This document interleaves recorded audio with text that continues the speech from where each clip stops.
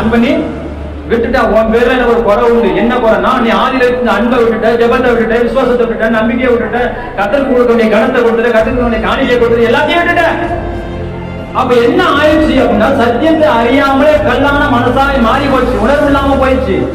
அப்ப தேவனுக்கு மகிமை வசனத்தை நம்ம வாசிக்கிறோம். வாசிங்க அந்த வசனத்தை.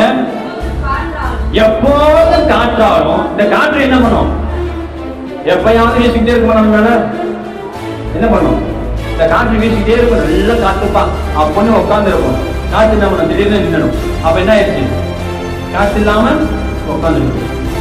இப்ப ஃபேன் ஓடுறது, நல்லா காத்து படுது. ஃபேன் ஆஃப் பண்ணிட்டா காத்து வராது. அப்ப என்ன ஆயிடுச்சு? அதே மாதிரிதான் நம்ம இருதயமா ஆயிடுச்சு.